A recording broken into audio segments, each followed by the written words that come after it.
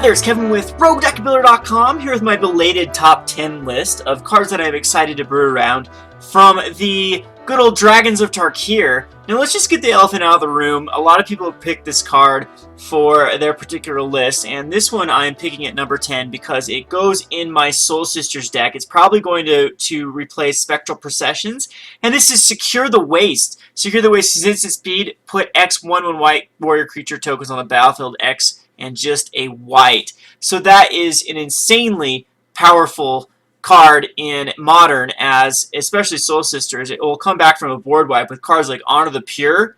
It will make them threats, and the Windbrisk Heights. So Secure the Waste is going to find some amount of number, either replacing the Spectral Processions or the Squadron Hawks out of my Soul Sisters. So any card that can ever upgrade my Soul Sisters is going to make my top 10 list. And we've seen, like, Return of the Ranks is a little bit better than Mortal Servitude, and so on and so forth over the past few sets. Soul Sisters has continued to get a little bit of an upgrade. So looking forward to Secure the Waste. I think that not having flying isn't that big of a deal compared to Spectral Processions, and you do have to put in 4 mana instead of 3 mana for Spectral Processions, but I don't think that that's a minor drawback. Again, we'll have to test them to see how well it works. Another combination I like with Secure the Waste is cards like Perforos.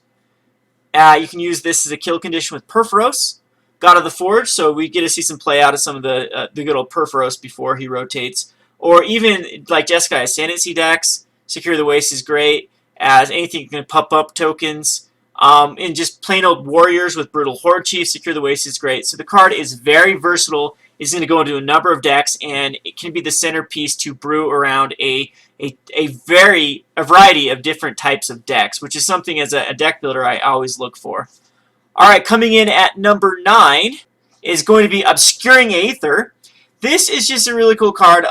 It's just 1 mana. This is exactly what you want, something that reduces the cost of cards to come in the future. So the best draw I can think of is turn 1 Obscuring Aether, which says Fate Down creature spells you cost 1 less to cast, so making your Morph and Manifest, I believe, cost less. So then you can morph your Rattleclaw Mystic for just 2 the following turn, so turn 2 Rattleclaw Mystic, and then turn 3 be able to unmorph your Rattleclaw Mystic and then tap for some really good mana with Rattleclaw, and even get that turn 3 6 drops on that turn. With if you play a land and rely on the Rattleclaw mana, you'll be able to get the 5 or 6 drops out on turn number 3. So Obscuring Aether, again, this card has to be brewed around. You really have to make a deck with it. There's like Trail of Mystery type decks already, or the Manifest Mastery of the Unseen type decks that I'm thinking Obscuring Aether will probably deserve a place in those decks. So really excited to be brewing around a card that I think that Morph is one of the pivotal or the focal points of the Khans block, and so I'm glad that it gets some love here at the very end of the last set. Coming at number 8 is going to be Dragonlord Silumgar. This card is something that I'm more happy about in more casual Magic than competitive Magic. Other than I think this card's great in competitive Magic. You can actually take your opponent's Ashioks that are about to ult, or the Elspeth, or Sorins, or Sarkons. I mean, all the good stuff that you can take with Planeswalkers, and not to mention you can take all their good creature cards as well. 6 mana, not bad. As a finisher itself, it's one of those cards that you're actually relying on your opponent to kind of use their cards as a finisher. Flying Death Touch, but I really like this card in Commander with any sort of like I'm trying to think of the card. Deadeye Navigator. Deadeye Navigator in this card just seems very fun in a sack outlet. So Deadeye Navigator just keep flickering Dragonlord Silumgar. If you have a card like either the Ashnod's Altar or Phyrexian Altar, you can actually sack everything you gain control of with Dragonlord Silumgar. And actually, with the Deadeye Navigator, it will actually just be net 1 more, either colorless or blue, depending on what altar you use. And then you'll be able to flicker Dragonlord Silumgar, sack whatever you get, and just infinitely, not infinitely, but there will be a finite way, but about at this point in the game, you could easily take all of your, in a Commander game, you could take all of your opponent's cards and sack them. So we're looking for a Dragonlord Silumgar. I think there's a lot of combinations that I don't even know about. I was thinking about maybe even with Dragonlord Silumgar and taking their Planeswalkers And then if you flicker Dragonlord Silumgar, they get their Planeswalker back, and then you take it again. I can't remember if you can actually activate a Planeswalker's ability more than one time per turn if you didn't control it.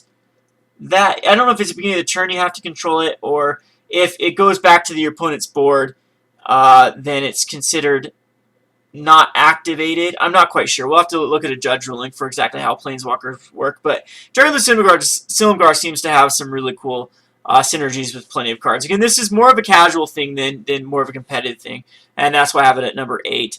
Go on to number 7. Number 7 is Living Lore. I chose this card just because it's got some crazy interactions with any of the high casting cost instant spells. There's the new card out of the Dragons of Tarkir that's a 9 mana spell that puts a copy of each card your opponent controls, each creature card your opponent controls. That's 9 mana. You also have cards like Treasure Cruise. Of course, Treasure Cruise is the card that I'm thinking of for Living Lore, as well as like the Take an Extra Turn, and even like Murderous Cut wouldn't be too bad. There seems to be plenty of targets for instant sorceries that have Delve that cost a ton that you can then use with Living Lore. Living Lore enters battlefield, exile an instant or sorcery card from your graveyard.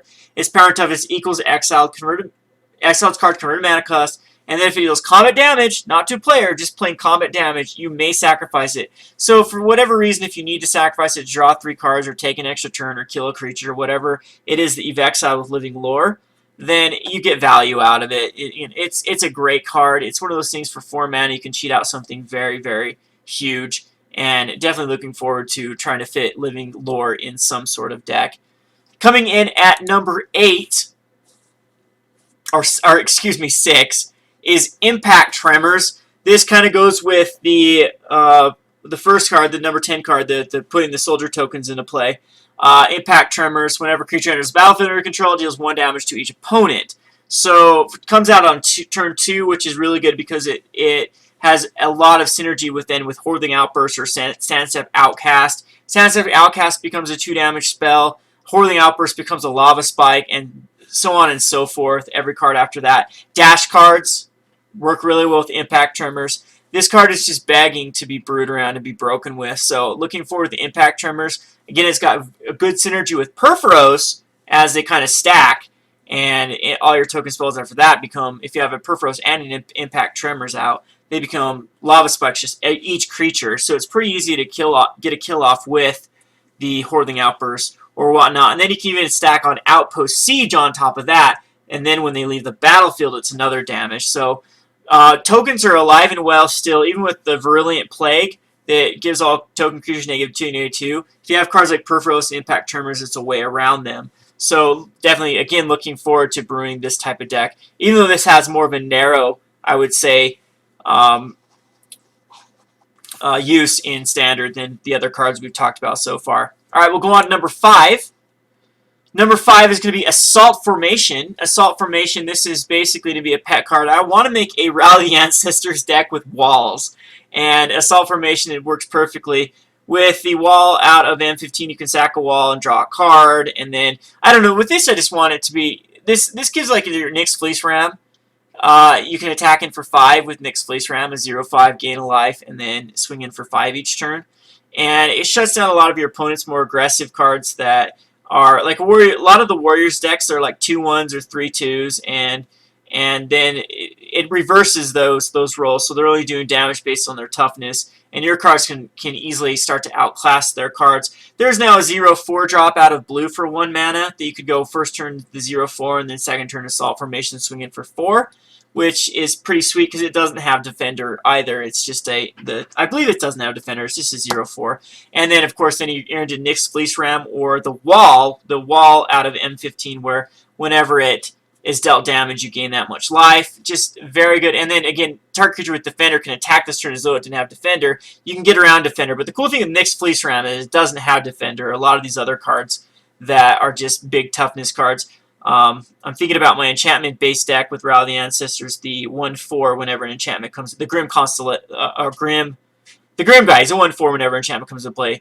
Each opponent loses a life. Now it deals 4 damage, which is exactly what you want your 3-drop to do as an aggressive card. So again, looking forward for the Assault Formation of brewing around this card. Now we go to number 4. which is Anafenza, Kin Tree Spirit. Anafenza, this is probably my spikiest card that I have chosen, because Anafenza is a 2/2 for 2 mana, and then whenever another non-token creature enters the battlefield under your control, you bolster 1. So if you are on curve, you can have a 1-drop and then Anafenza, and then a 2-drop. You can either pump up your 1-drop or pump up Anafenza itself, or just pump up your 3-drop that you put out. One of the things in the pre-release that was happening was he'd cast Anafenza and then he'd cast the 1/1 double striker with flying, and then be able to bolster that, and then they're tied, so they're 2/2, and the next turn he'd actually make it a 3/3 double striker. I did lose that curve game when he went Anafenza into the 3-drop. So there is a lot of ways that you can actually brew around a sweet curve with Anafenza. Now, Anafenza is not a warrior. That's one of the problems with Anafenza, but is a spirit, and I know that spirit has a little bit of a theme in the format at the moment, but I think soldiers have a little bit more. I think there's some cards still that utilize soldiers, like Obelisk of Erd decks that use soldiers and raising alarms and things like that. Even though raising alarms wouldn't want to be with Anafenza, but I'm sure there's some synergies with the creature type. But this card would want to be a warrior, and I think they did that on purpose, so to not really put warriors over the top even more with Anafenza. So, great card. I'm really looking forward to put this in my Brahma's Tiny Leader deck. And even though, again, tokens don't trigger it, but it just goes really well on curve with a lot of the cards that's in my Brahma's Tiny Leader deck. I'll have to show you sometime. So, anyway, we'll go on to number 3, which is Swift Warkite. This card is really probably not going to see fruition or come to fruition because it's really hard to brew around. The card that I really like Swift Warkite with is Generator Servant, because Generator Servant, you can sack it to get out a turn early, or 2 turns early actually, and then when it enters the battlefield, you may put a creature card with converted mana cost 3 or less from your hand or graveyard onto the battlefield, gains haste, and you pop it back. Another card that I'm really thinking about bringing around this card, besides Generator Servant, just getting so much value, is then the Anafenza. As Anafenza then gains haste, you attack with it, and then you can bring another card with power 2 or less back from the graveyard onto the battlefield attacking. So just a lot of synergies coming back with Swift Warkite, if that's your high-end curve. Now, it is competing with a lot of cards at the relative same converted mana cost. All the Kolgans it competes with, both versions, as well as competing with Underworld Cerberus, as well as competing with even cards like Stormbed Dragon. So will it ever see play? Possibly, possibly not, but it just has some really, really cool interactions with a lot of the cards, especially Alicia and Generator Servant off the top of my head. And then any Enter the Battlefield effect. I'm trying to think if there's any good 3-drops. Like, again, Sandstep Outcast, you'd get a 1/1 Spirit or 1/1 Warriors. No, it is 1/1 Flying Spirit to stick around. There's a lot of cards that will stick around, or the Enter the Battlefield effect that will work well with Swift Warkite. So let's go on to my number 2, which is Mirror Mockery. I had a lot of fun with this in the pre-releases. I put it on an exploit cards, did amazing things, so it works very well with exploit. It also works very well with any Enter the Battlefield effect. Now, Siege Rhino stretching it into 4 colors, but even cards like Sidisi, where if you put this on Sidisi, the old school Tarkir Sidisi, and then Sidisi attacks, it puts a copy of herself into play. You just sack the copy, but both will trigger, or it will trigger the Enter the Battlefield effect from Sidisi, and then I believe will read both the Sidisis when you mill, and then you'll get a lot of zombies off of those triggers. So then, of course, you have like Grey Merchant of Asphodel with Mirror Mockery that works very well. You have, and that's 4 damage. You're gaining 4 damage and 4 life, with just attacking with 1 Grey Merchant. I'm thinking of a Master of Waves. You put this on Master of Waves, it adds a Devotion. You attack with Master of Waves, and then you get out a bunch of other 2/1 elementals. Now, Master Waves is squishy, but if it's against a red deck, you could easily see attacking in and then putting out some more elemental tokens. And then the elemental tokens you already have out will get pumped up from the copy of Master Waves coming out. So I'm really thinking that Mirror Mockery might want to be a 1 of or a 2 of in the mono blue. We'll just have to wait and see how well that works. And if not, I'm sure there's plenty, again, Enter the Battlefield effects that are very, very pertinent. In my exploit deck, I found some really, really sweet combinations with Mirror Mockery, just looking at other cards out of my pool, like, again, Sandstep Outcast would be very good because you get a 1/1 spirit to stay around every time that enter the battlefield. And I'm sure there's a ton of other cards that I can't even think of off the top of my head that enter the battlefield or, yeah, exploit type abilities.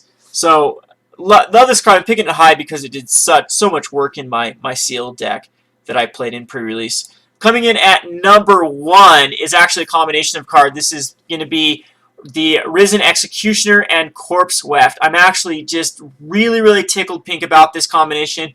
I went ahead and bought 10 copies of Rizen Executioners for $2.25 a piece off TCG Player. That already means that this Mythic is bottomed out before the release date? That's just absurd. Usually Mythics all stay pretty inflated for a while because just the casual fact people need these for their EDH decks, they need these for their zombie decks. Like, we saw some really weird cards out of previous sets like Theros and the Theros block especially, like Mythics that stayed at $4 just because they were Mythics and had very little play. This guy's going to see standard play, no doubt about it. It's very good with Delve, very good with Tasigur, as you can actually make sure there's no other creature cards but it. A 4/3 for 4 mana, it cannot block, I understand that, but giving all their zombie creature tokens, +1/+1, this with Corpse Weft is amazing. You exile one or more creatures, so you're going to be able to exile creatures out of your graveyard to make sure you can cast this guy for cheap. And then, if you even exile one creature, it's a 2/2 black zombie horror token. And then it's going to get +1/+1 from the Rizen Executioner. Now, this has very good synergy with Sidisi as well, as Sidisi is going to put in 2/2. Sidisi can actually self-mill the Rizen Executioner, put 2/2s into play, and then you can cast the Rizen Executioner the following turn, and then make those 2/2s from Sidisi into 3/3s, which is huge. He is not a legendary creature, so these stack with the more Rizen Executioners, the bigger your zombies. Works very well with Necromancer's Stockpile. Works okay with like cards like Waste Not, like if you have a self-mill deck with Waste Not, which I do. I happen to play a self-mill deck with Waste Not. This guy will definitely replace probably my Grey Merchant of Asphodels or something else in my Waste Not deck that haven't been working out that well. And then it'll pump up my Waste Not tokens, which means that they will be able to survive the Drown in Sorrows and just be more of a lethal type threat. One of the problems with my Waste Not deck is sometimes the 2/2s just don't do much but chump block. Now with Waste Not Dark Deal, throw a Rizen Executioner in the graveyard. Hopefully your opponent discards some creature cards, you get some 2/2s, next turn cast Rizen Executioners, swinging for what, 9 sometimes, easily?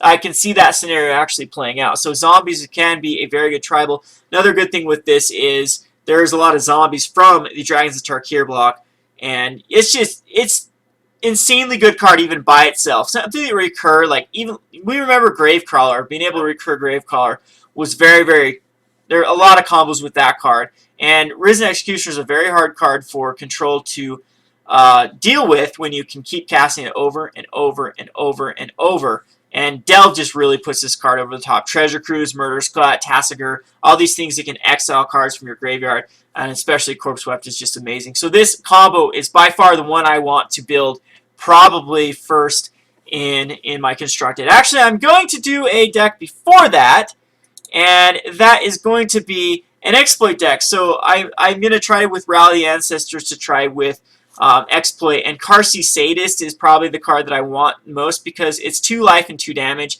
You get enough of these in the graveyard, it's going to be enough damage.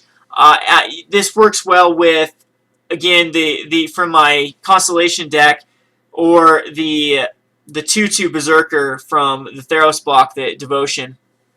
A lot of times Rally Ancestors will be a kill with like the exploit cards coming into battlefield and attacking themselves. The coolest thing about Rally Ancestors is if the creature no longer exists in play, it does not get exiled. If they go back to their graveyard, they're still good in your graveyard, and then you can actually end up rallying again later on down the road, or you can even go crazy with like Return of the Ranks and 2-drops and whatnot. But anyway, there's like that, and then Minister of Pain is a decent card when Minister of Pain exploits a creature. Creature opponents controlling -1/-1. We've all seen the power of Doomwake Giant. This is kind of like mini Doomwake Giant. And the one that I really think is really cool with like Rally Ancestors is Gurmag Drowner. As this guy, you look at the top 4 cards of your library, put a ton more back in, and it helps you dig for that rally, and then kind of that kill combination. So you would have to cast it for a little bit higher. So a rally would cost 6, but 6 in standard is not hard to get to. And then you have like a Read the Bones with the Vulturous Aven. You have the Cillumgar Sorcerer, which is actually my favorite exploit card, and there's a few other here that I haven't even. Exploit has very good synergy with like Sultai's Emissary and the Jeskai Sage. Anything that draws cards after you exploit it. I'm sure that a deck could easily be put together. I remember my Bug Immortal Servitude deck is still one of my very favorite decks I've ever made in Standard, and I'm thinking an exploit deck either with Rally the Ancestors or Return of the Ranks is very, very viable in the format right now. So let's go on to my last honorable mention. That is probably the first deck I'm going to build is going to be the Zurgo Bellstriker Hero's Blade deck. I don't know which route I'm going to go. I'm thinking white-red because that gives me access to... you have the new Anafenza, which is 2 mana, that gets pretty insane. Especially with Dash. Dash and Anafenza, like Zurgo Bellstriker and Anafenza have a lot of synergy together as it's entering the battlefield, and the counter may have to go on Bellstriker with Dash, but at least you get 1 counter on Anafenza to make her a 3/3. And then Hero's Blade can be equipped to it. So Hero's Blade with Zurgo Bellstriker makes it a 5/4 haste with Dash. Or, I mean, even if you have to just cast for 1 mana, you have a 5/4. And then you have cards like Anafenza, and then you'll have Alicia who Smiles at Death, who then you can bring in and then make a big, she's a first striker, so she becomes, I believe, a 6 with the Hero's Blade. And then I thought about maybe going the black because you have the old school cooldown that becomes huge with you dash in with Hero's Blade. I believe you're attacking in for 8 or 9. Is it a 6/5? I can't remember exactly how much. Or 5 plus 3. I believe you're attacking in for 8 with that. And then you have Timuret, which is another 2-drop legendary creature that becomes big, and you can recur pretty easily with Timuret. And then lastly, I thought maybe even blue-red, because then you have access to Shuyun, and Shuyun becomes a 6 with the ability to give it double strike if you cast any non-creature spell. So I want to make a Hero's Blade deck. It was on my to-do list from the last. I know I didn't get a lot of brewing in from Fate Reforged. I'm focused. We're going to do a lot of brewing here. So this is my other honorable mention is Zurgo Bellstriker. So these are my top 10. Really, really enjoyed this set. I could probably find another top 10. Again, this is my favorite set from probably since Innistrad. It's just packed full of just awesome brew cards. Unlike like Khans Tarkir, which was just a lot of duck cards that you just chucked in any old deck because they had just so much value by themselves. But anyway, hope you enjoyed this top 10. I'm interested in hearing your own top 10. This has been Kevin with RogueDeckBuilder.com. Thanks for watching.